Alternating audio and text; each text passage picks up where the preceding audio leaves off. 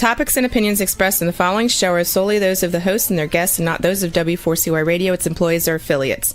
We make no recommendations or endorsements for radio show programs, services, or products mentioned on air or on our web. No liability, explicit or implied, shall be extended to W4CY Radio or its employees or affiliates.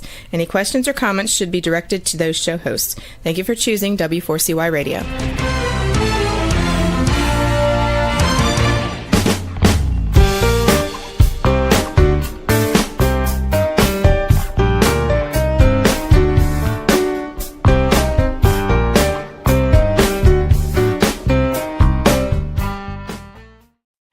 Hello and welcome to the Connected Table Live. We're your hosts, Melanie Young and David Ransom, your insatiably curious culinary couple. We love to bring you the amazing people that we meet around the world and what we eat, drink, and hope to explore and inspire with you as we travel. And today we're in a New York state of wine. Yes, we are. How about this backdrop, right? We're in New York's Finger Lakes, which is one of the most historical and significant wine regions of New York and the East Coast and the United States. For those of you who may not know, New York State ranks third in U.S. wine production after California and Washington. I think we have visited almost all of New York's key AVAs, and we were so lucky to spend, I think, 2 or 3 really amazing weeks up in the Finger Lakes after we sold our house, and visiting different wineries. And one of them, of course, we made a beeline to is the winery we're spotlighting today, which is one of the most historic and significant in the Finger Lakes and, frankly, the East Coast wine production. We're talking about Dr. Konstantin Frank. It's really significant for so many reasons. It was founded by an immigrant who from the Ukraine, Dr. Konstantin Frank, who came over and had a PhD in viticulture, and he was the first to successfully plant vinifera grapes here in New York State and on the East Coast, which you're going to talk about.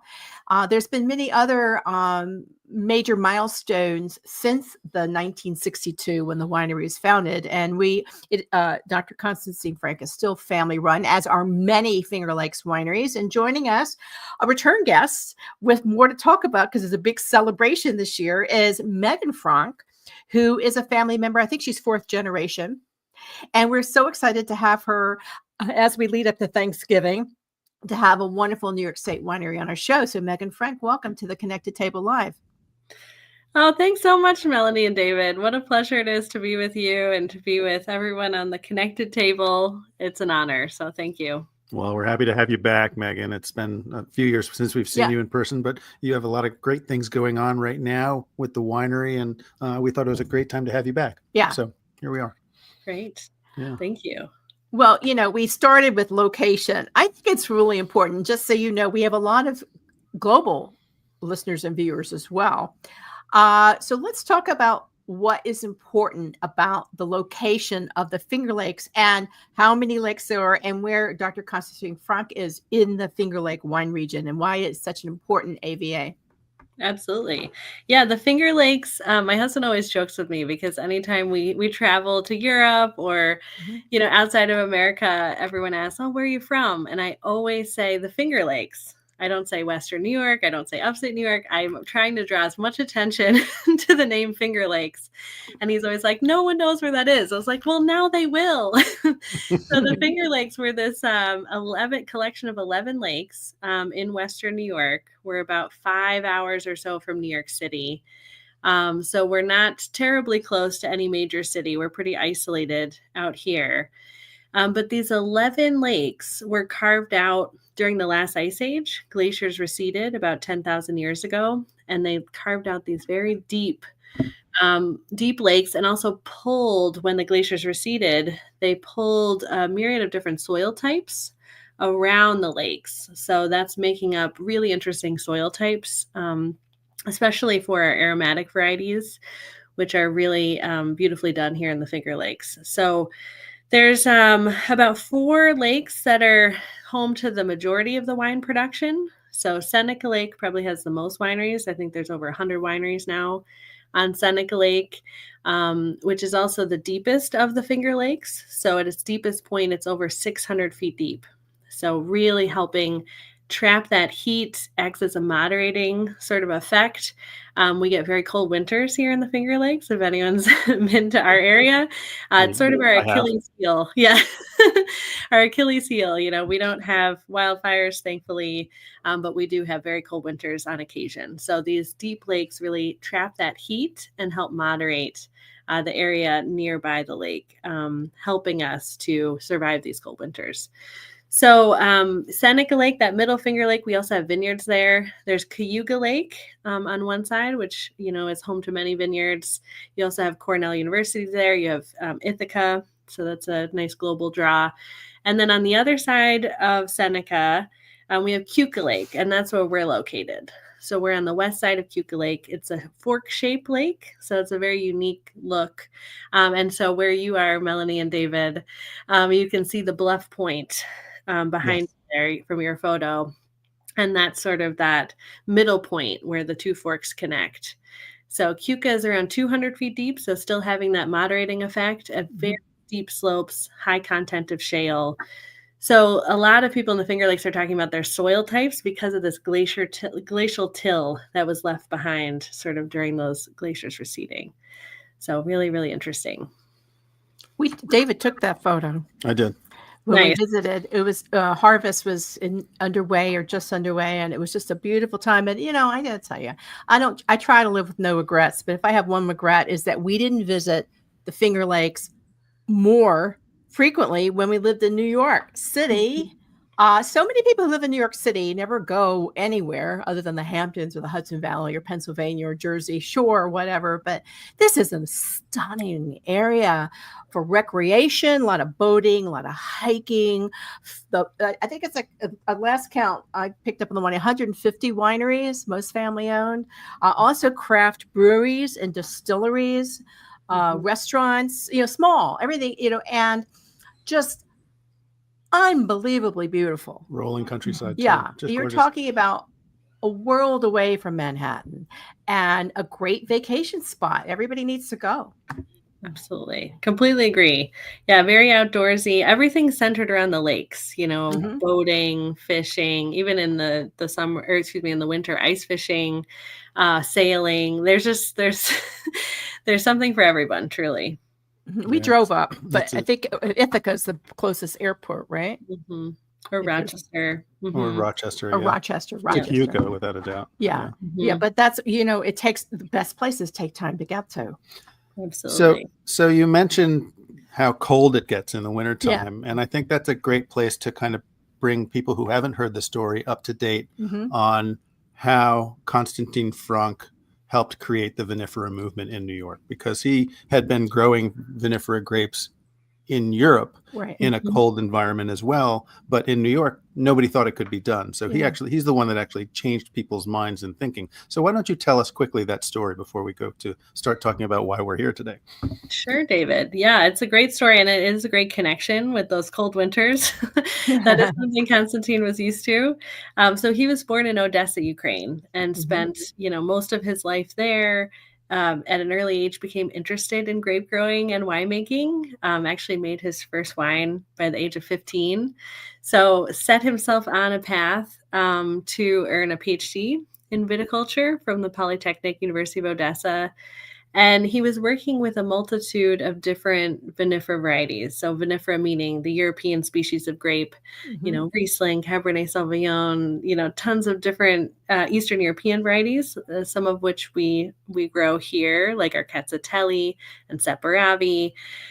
Quite a few that we don't, have here, but he worked with a multitude of different varieties, and he was really a researcher and a scientist.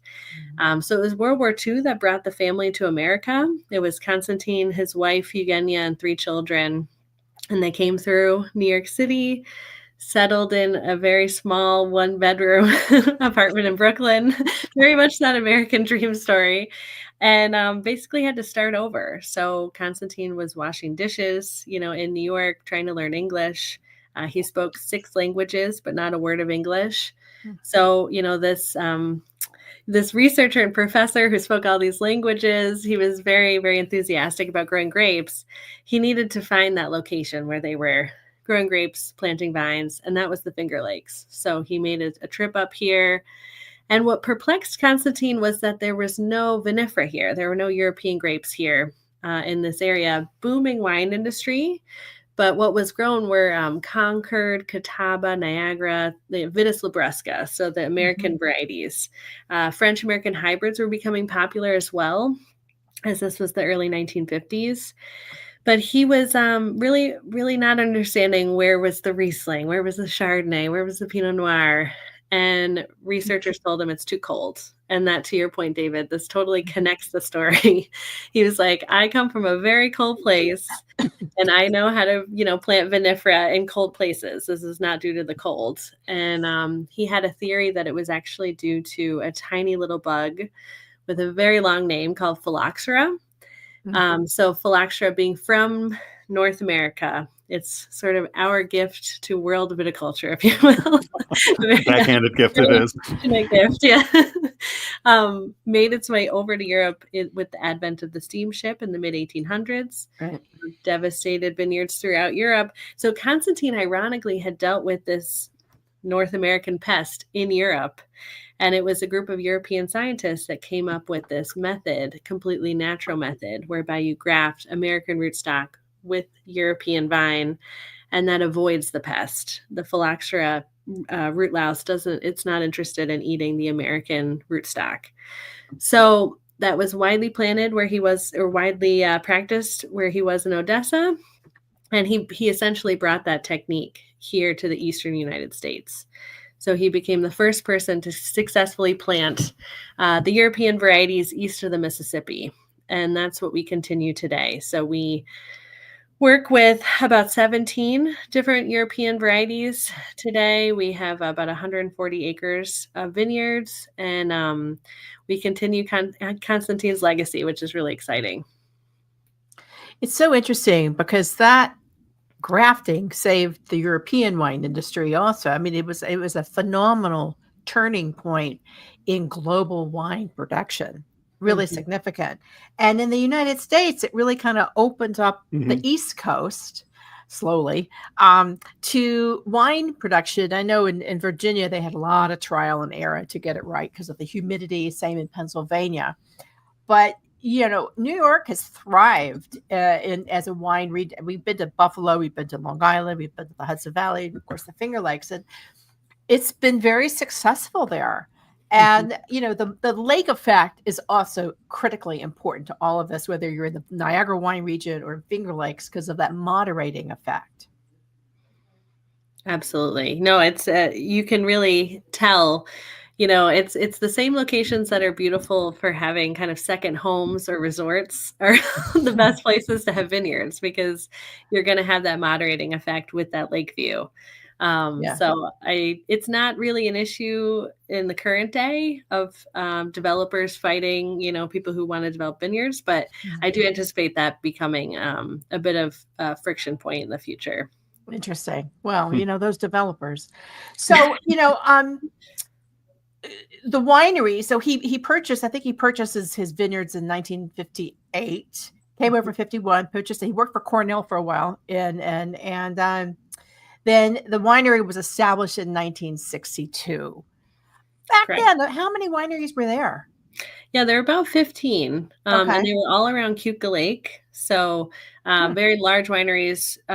Almost none of them are in existence today. So just very large kind of sweeter, kind of grapey and flavor wines were being produced. But we do have that strong history, that strong backbone. Unfortunately, Prohibition was very damaging, to so many American wineries, but particularly Keuka Lake wineries. So there were plenty of others prior to Prohibition, and then that really dwindled during that time. But so Konstantin was kind of fighting against the grain. There was already an established industry, and he was sort of seen as rocking a boat that didn't need to be rocked. Like, people were making plenty of money. They were selling their wine.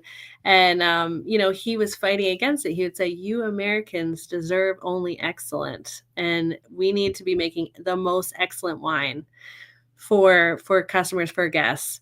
And he believed it to his core, that was something that was really important. So after a short stint of working at another winery that's no longer in business called Gold Seal Vineyards, he basically started his own experimental winery. He had over 66 different vinifera varieties on the property, some of which obviously we've kept, like Riesling and Gewürztraminer and Pinot Gris, and others that we no longer have, like Mitzvani and Ferment and Pedro Jimenez, like so many really interesting grapes that, he was just trying to test the waters. He was looking at what worked and what didn't. And he was very giving with his knowledge. Like you mentioned, wineries in Pennsylvania and Virginia and New Jersey. He would have viticulturalists, vineyard managers, winemakers come from all of these states, particularly in the Northeast. Right. And they would come, they would get cuttings from his nursery. They would learn the grafting technique, and then they would go back to their home state and plant a vineyard. So really igniting this quality revolution, particularly in East Coast winemaking, is very much a legacy that Konstantin helped ignite. Melanie, when we owned Rivendell back in the day, we actually bought Chardonnay grapes from the Gold Seal Vineyard, which was planted by Konstantin Frank. Yeah. And that was I believe, I don't know if they still have the original vines in the vineyard, but it was the oldest Chardonnay plantings in New York State. Amazing. Very cool. We got some of that fruit for one of our cuvées of Chardonnay that we did. I love the connection. That's wonderful. That's great. It's a fabulous vineyard. So another milestone of many is that Dr. Konstantin Frank really kind of put forth the first method traditional sparkling wines using the traditional 3 champagne grapes. And you're celebrating a 40th anniversary this year. That was 1985. And now you're launching your 40th cuvée vintage, right? That's right. Yeah. And it's interesting. It was Konstantin's son, Willie, that started the sparkling program. He started a full sparkling winery right next door to our main winery.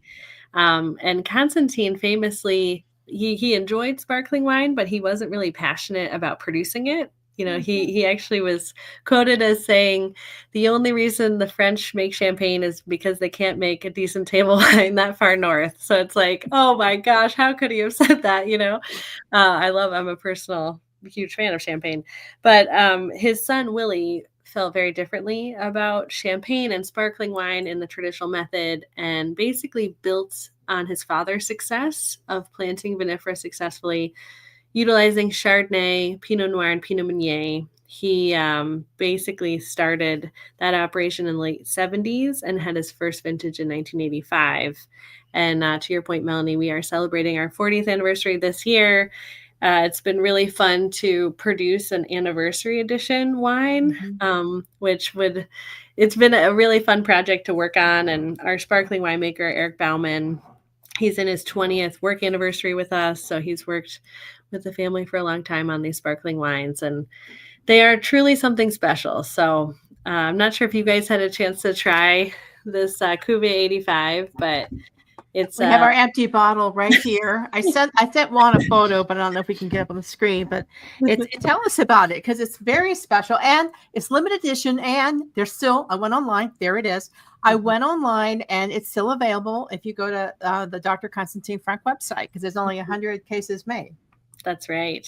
Yeah. So we our sparkling program is pretty robust. We produce between 7 to 10 different bottlings in a typical year, but our kind of cornerstone of the portfolio is our Brut, which is a blend of 55% Chardonnay, 40% Pinot Noir, 5% Pinot Meunier.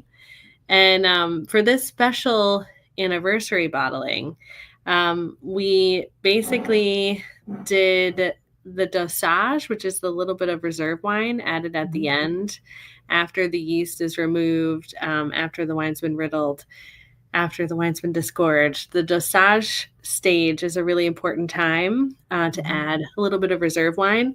And so we did our first vintage, 1985. The reserve wine is from that year. So you have a current 2021 Brut, like those grapes were harvested in 2021, disgorged in, 2024 or so. And then we use the dosage, the reserve wine from 1985. So it's a very unique sort of culmination of all the years. You have primary notes like, lots of green apple, lemon, freshness from that current release. But then you have these tertiary notes like honeycomb and stewed stone fruits and things like that from that 1985 dosage portion. So I just am really thrilled about it. We use pretty much all of the 1985 original vintage. So it sort of lives on in this bottling, if you will, which I think is really special. That's awesome. Yeah, so it's really fun. I remember when you first came, when Willie, who I remember meeting a number of times at tastings around when we were in the trenches together, and a lovely guy. It was originally called Chateau Frank, which was how he differentiated it from Dr. Konstantin Frank wines. But I think you've removed that now from the sparkling wine program name, right? That's correct. Yeah, that's a great point, David. Yeah, it used to be called Chateau Frank. And that was really a sense of pride, I think, for my grandfather. He wanted to have his own kind of twist on this program. But what we were finding is just so many people did not connect the two, which is very understandable. The labels were completely different. They're in different sections of the store. And for us, these wines tend to get really great accolades, great scores. They help build sort of the brand identity in the portfolio, that we think of them as like the jewel of the portfolio, if you will. So connecting them makes a lot of sense, because it is still the same family, that's managing both programs. So we did a few years ago switch to the Dr. Konstantin Frank label, which has really helped sort of connect the two. But that's a great point. Well, it's also a good branding point because there's a Frank family vineyards in Calistoga. Right. So it's really important to differentiate. They're completely different families and wines and regions. Absolutely. So also important. I'm curious. We visited the riddling room, and do you still hand riddle or do you machine riddle?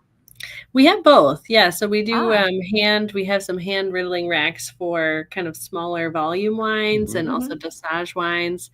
But we have 4-jar palettes in sort of our back production area, which has been really helpful. And it's really helped us keep up with demand. And there's really no quality difference, between the two.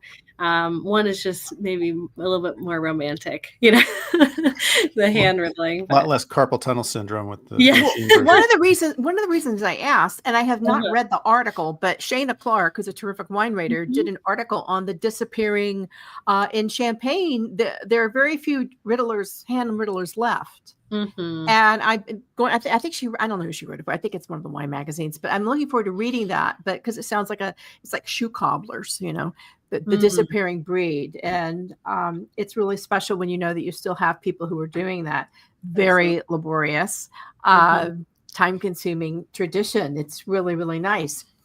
You make a variety of sparkling wines using traditional the 3 main champagne grapes, and of course a Blanc de Blanc and a Rosé, Blanc de Noir. You also make a sparkling Riesling, and Riesling is I think you said you'd have over, I forgot how many, 40. You have many, many grapes you work with. Riesling is the star variety in the Finger Lakes area. Tell us about that wine. You have a Riesling Natur and probably a Riesling Brut. Tell us about that. Absolutely. Yeah. Riesling, I mean, it's a very natural progression. The Finger Lakes, that's the grape that we can compete on a world stage. Like by far, that is our strongest sort of wine and grape that we can lead with. And for us, it makes up over 60% of our production. So it's huge for us. We make a multitude of different styles. As you pointed out, the sparkling Rieslings, we have 2 different ones. We have a 0 dosage sparkling Riesling Natur. And then we have our Celeb, which is our most popular bottling. It has a touch higher dosage, touch of sweetness, but again, a really bright acidity. And those are the Celeb in particular is meant to be kind of consumed, quickly. It's like a very fresh, fruit forward style. So not a ton of time aging on the lees, just making sure that wine is still very fresh. It is still produced in the traditional method, but just not looking for that sort of extended time to keep those really fresh aromas and flavors. Mm-hmm. That's interesting. So that bottle of Célèbre from Chateau Franc that I have in the refrigerator, we should probably drink. Yeah, we should. Oh, We you need can, to. but honestly, it develops beautifully. Like Riesling, as you know, ages so well, and so you're just gonna pick up some really interesting tertiary notes as it ages. But yeah, it really depends what you like, David and Melanie. Well, Like whatever I was digging through trying to find some bottles of Franc wines today to kind of display with us on the show, and I couldn't find any, but I found two. I found a bottle of Célèbre, and then I also found a 2010 Brut Rosé. Nice. Well, it sounds like we gotta hook you up because I it know. sounds like It's you're we need running to hook low. up. We're low. We're low. You ship nationwide for all the folks who aren't going to make it to New York. Is there? That's you can do that? correct. We're low. We're low. That is correct. Yeah. Yeah. We don't ship to a handful of states, but most states we do ship to. Well, those states don't know what they're missing. Honestly, that's what I have to say. You know, I mean, for anyone who's still planning, you know, their holidays and they want an American wine, this is a fun way to have a great and special experience from New York State.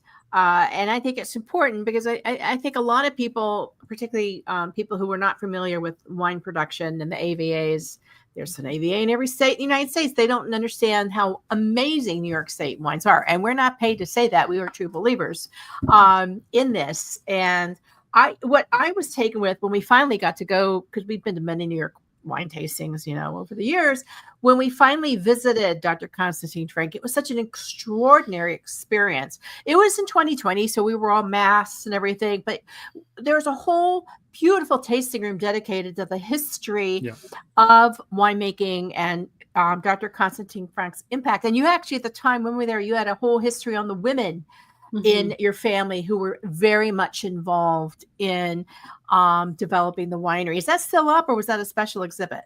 No, that is. Yeah. And we actually produce, we have a series of 4 wines called our Helm series that HELM is, you know, sort of at the helm. Behind every great man, there stands a great woman is sort of the whole idea. And we have one Hilda, Eugenia, Lena, and Margaret. So my 2 great aunts, my grandmother and my great grandmother. And so 2 single vineyard Rieslings, a single vineyard Chardonnay, and a red blend makes up that series. So they're really great, tangible ways to tell their story, to, you know, pay tribute to their impact, and also highlight some of our best vineyard sites and our best barrels. So that's been a really fun project that we're looking forward to continuing and building upon. So really fun. So we know that this year, 2025, has been focused on the big 40th anniversary cuvee, and there was a big party, which we obviously missed because we were here and not there. But what are y'all working on? What are y'all, the family, my Southern, what is the family working on for the future? Where do you want to go with Dr. Konstantin Frank and help, you know, obviously elevate the awareness of Finger Lakes in New York State as well? Absolutely. Yeah, that's always top of mind. You know, we think of ourselves as sort of stewards, right, of this business, and making sure we're developing it, sort of increasing the credibility, the loyalty, the positivity, and passing it on to the next generation has always kind of been the motto.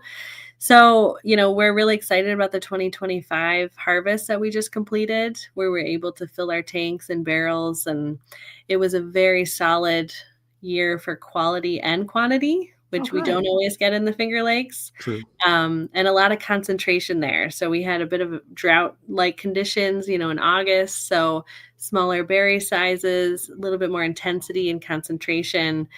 So we're really, really excited.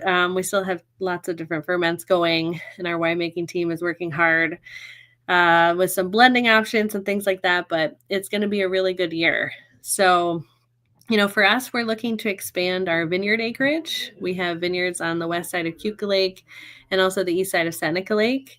We're looking at also some unique varieties to plant, you know, continuing that work from Konstantin of, you know, what is going to make the most sense.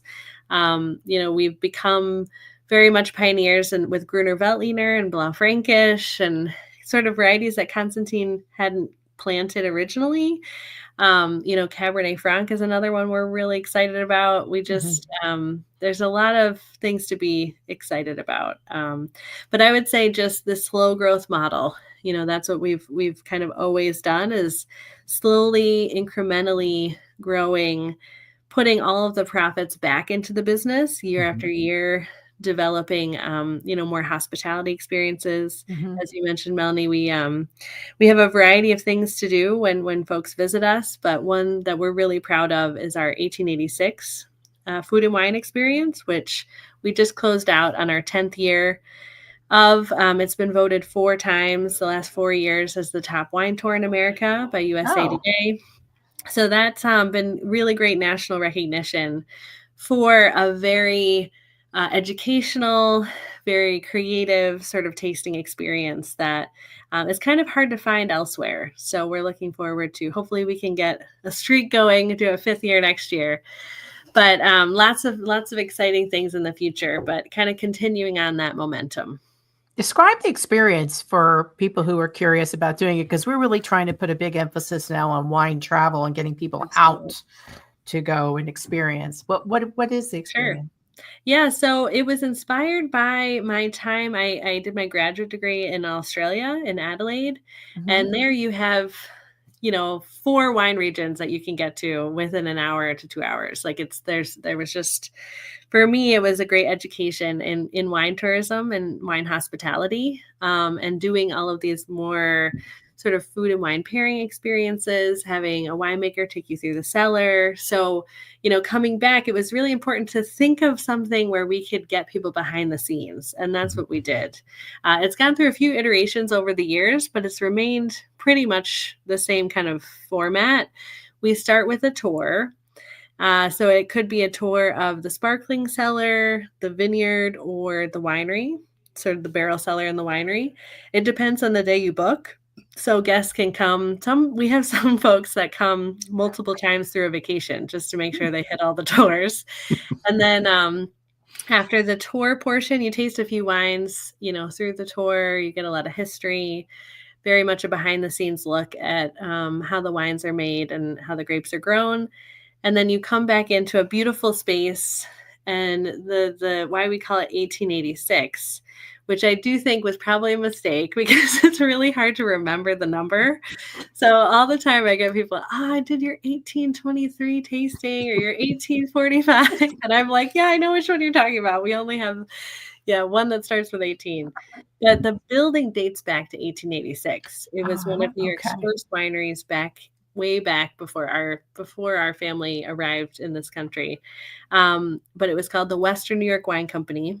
And the building is built with all local field stones. So it's just got this beautiful, very European kind of feel. So you head back into that space. You have a seated flight of wines paired with different foods from a local chef. And the foods, the wines, and the art change monthly. So it's also mirroring what's going on in the vineyard. So our first kind of month, we think of bud burst. So it's like this feeling of excitement. There's a lot of green. There's, things. So the plate is really going to match with what's going on in the vineyard, going into flowering, into veraison, all the colors, like the feelings, things like that. So it's a really great creative outlet for our team to get into. And we run those experiences May through October. We have 2 seatings a day, 11 and 2:30. So Thursday through Sunday. I know that was a lot of details, but please check out our website if you'd like to do that experience, because it's very special. I'm curious. I'm sure you get lots of visitors in the summer and the fall, but what happens in the winter? Do you still get visitors, or are you open for visits year round if somebody wants to go? We are open for visits year round. We just close for a handful of holidays, but we are open year round. And the winter, honestly, is the best time to come. You're probably in an empty tasting room. You're going to get tons of attention. And that's, from us, but also other local wineries. Plenty of them are open year round. So it's my personal favorite season because it's quiet. You can see all the way down to the lake, like from where you two are sitting, that view behind you. It is gorgeous in the winter because you have the backdrop of the snow. The lake is so beautiful. There's lots of skiing. There's ice fishing, as I mentioned. We just get less people because it's a little more challenging, I think, to drive in the snow. But if you can brave that, it's a great, awesome time to visit the Finger Lakes. It's such a beautiful place any time of year. Yeah, I was it thinking really because is. if you're into cross-country Absolutely. skiing and that is probably like great. Oh, and we had tons of trails for cross country. I bet. Yeah. Have you noticed, I hate to bring up climate change, but it is getting somewhat warmer in places around the world. Are you seeing that in the Finger Lakes? Because it's a very cold region in the wintertime historically. And you get a lot of lake effects weather that comes off of the Great Lakes down to the Finger Lakes at times as well. So you do get snow cover. Are you seeing longer growing seasons though? Or are you seeing shorter growing seasons? What's changing for you up in the Finger Lakes? Yeah, it's a great question. We basically are seeing more extreme weather events. So it's not really a trend of like warming at a constant amount. Unfortunately, we sort of wish it was that way, but it seems like it's difficult to just sort of predict what is going to happen. Like, to give you an example, in 2022, we had a very cold winter, reduced the bud count, so we had a small harvest. And then in 2023, for the first time ever in 65 years, we had a spring frost. So we didn't have anything on record prior to us, the 65 years, but it's just not a common thing in the Finger Lakes to have a spring frost because of the moderating influence of the lakes. We just saw this intense warming happening in early May, which was very not typical. And then the buds began to emerge on some of those early budding varieties. For example, Chardonnay was a big one. And it was disastrous for a lot of producers. So we are investing in wind machines. So that's something we're going to have 3 wind machines, hopefully this year, put in. So we're trying to mitigate things where we can. The other thing that's kind of interesting in the Finger Lakes is most vineyards are dry farmed. So we don't regularly use irrigation. We personally don't have any irrigation that's really used in our vineyards. There are a handful that do use them, but it's not typically necessary. But we are seeing more vintages where you're having drought stress. So that's another challenge that we foresee maybe needing some investment in. But it's, we're having flooding, hail, spring frost. It's like, what is going on here? Just the volatility that you weren't expecting. We're seeing that all over. We go to Europe a lot, and there's been just so much volatility over there and a lot of spring frost. I mean, it's a challenge.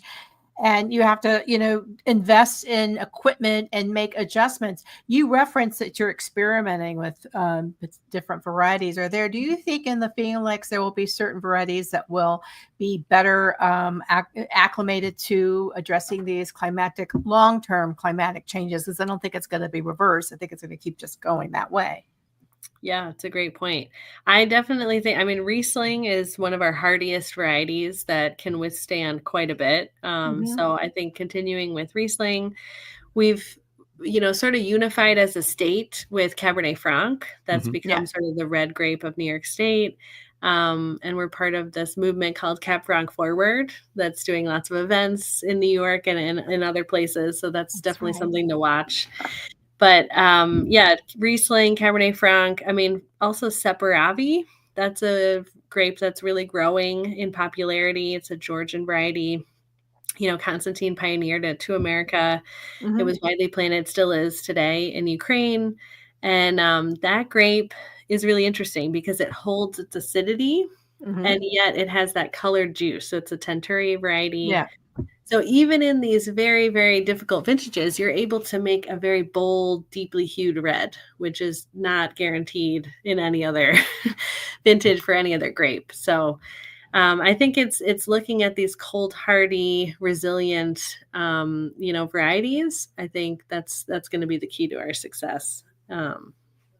It makes sense. I know when we were in the Niagara wine region, we had some very good Saperavi as well. It just seems like those Georgian varietals, those hardier varietals from the northernmost regions of Eastern and Western Europe would be a good fit here. For people who are familiar with Rieslings from France, for example, in Europe, how would you, if they are not familiar with the Rieslings from New York State and specifically the Finger Lakes, how would you describe and define and differentiate based Mhm. on the terroir? Great point. Yeah, I would say, we're probably looking more like Germanic, Austrian kind of, Mhm. depending on if you're really trying to generalize. Right. You don't typically have like the power and the oomph that a lot of the Alsatian Rieslings get, as it's just so sunny there. We just don't have those those same sunshine hours, but definitely you have a full gamut within the Finger Lakes, depending on where you are, if you're on Keuka Lake or Seneca Lake or Cayuga, also depending on the winemaker's style. Mhm. But just generally, I would say Mosel, like very, very similar, that floral note, that very fresh, that fruity tone that you get in a lot of Mosel Rieslings would be probably quite similar. Also Rheingau, Pfalz for some more powerful expressions, which we definitely have here as well in the Finger Lakes. And then, a lot of Austrian Rieslings as well could go in that same vein, especially with our very rocky soils here. So there's lots of connections and things you can find. The other similarity I would say, particularly with Germany, is, like for us, we'll produce in a typical year 7 to 9 different Rieslings. You have producers producing 15 to 20 different Rieslings. And that you see, commonly in parts of Germany and other areas. So just embracing the versatility of Riesling is something that's really exciting in the Finger Lakes, and celebrating that diversity. So I would say that's another really big, interesting connection between us and other parts of Europe. When we were living in New York, we went to a lot of Riesling tastings. But I think it'd be, I like instead of walk-arounds, I'd love to do a side-by-side, even blind tasting of the New York State Rieslings by AVA with German, Austrian, France. I think that would be such a great palate exercise. I love it. Thank you. That's very valuable. I'll come. Yeah. I'll be there. I just think for me, that's the way I like to learn about wine versus those big giant tastings, to sit down and thoughtfully do it. And when you taste blind, you have no preconceived notion, and it can be really it's kind of like Judgment of Paris, with Riesling. But I think that would be so interesting. Yes. I'd love to do that. We'll call it the Judgment of Hammondsport. Hammondsport being where you're located, the town. Absolutely. And Hammondsport is beautiful. There's a charming town. It is. To visit as well. Well, just that whole area is beautiful. It really is. I love it up there. Gorgeous. Mm-hmm. It really is. Well, that's kind of interesting. I do have another question. Do you still have any family in the Ukraine, or is everybody gone? Yeah, we do. Yeah, we have basically it's the equivalent of Konstantin's sister's sort of great-grandchildren are still there. And my great aunt Lena was she went back and forth many times throughout her life to Odessa, kept in touch with the family. She's recently passed away, but her daughter sort of continued. She was been passed the baton. She's our kind of family historian, the family connector. And so we do have relatives there that we keep in touch with, who we've been in regular contact with. The kind of equivalent in the generational line, her name's Irina. She's a pediatric cardiologist, and she's still working there. She's working in Odessa, and she has a son there. So we are, keeping our family in our thoughts and prayers, and it's a very challenging time, as you know, in Ukraine, and we're praying for a positive end to the war. And we also do quite a bit with some local organizations that benefit Ukraine, the war in Ukraine, the relief effort. So there's a great organization called Rock Meaghan, who we've worked closely with, doing Ukrainian benefit for, and also a flight in our garden, our wine garden, that the proceeds are going towards relief efforts. So we're trying to do what we can, and that connection is so important to us, to keep that connection strong in this difficult time. Well, we're all hoping that everything will move forward in a positive way. But I had a Yeah. feeling, I remember reading about some of the efforts you're doing, and it's so important to hold on to that connection. And hopefully your family will be okay. Yeah, absolutely. Well, thank you. You're very welcome. Gosh, we've enjoyed talking with you. We got to dig out those wines that we still have. We do. We're staying in New Orleans for the holidays now, and I think it's time to have some little special dinners and wines and make every day a day to be thankful, right? Absolutely. That sounds great. Yeah, especially coming to Thanksgiving. It's a great time to open some American wines, open wines from the Finger Lakes, and always American wines on Thanksgiving. Yeah, I love that. I'm a big believer. I mean, the American wine industry, it has its challenges, but this is a great reason to go out and support it and drink American for the holidays. Absolutely. Well, Meaghan, it's always great to see you. Hopefully we'll see you and raise a glass together with you. If you're not coming to New Orleans, hopefully we'll be up in New York. We miss New York. We love New York. It's always a state of mind and in our hearts wherever we go. That's so wonderful. Thank you for joining us and sharing your story. And we love the special cuvee. It's really special. And as I said, it's available. www.drfrankwines.com. And as I saw, it's still available because you do have some sold out wines, but this one is available. And with 100 cases, go and get it now. Great gift. Thank you so much, Melanie and David, and happy Thanksgiving, happy holidays to you both. And thank you for having me, and would love to see you back in the Finger Lakes anytime. I hope so. So it was our pleasure to see you again, and we look forward to coming and visiting. Absolutely. Perfect. Yeah. So you've been listening and watching the Connected Table Live TV and our audio podcast, which can be heard on over 65 podcast channels, including all the big ones like Spotify, Amazon, iHeart, you name it. You can see this episode on the Connected Table Live TV on YouTube.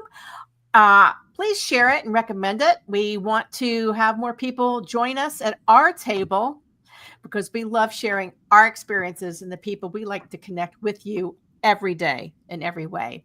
And until then, stay insatiably curious. Thank you.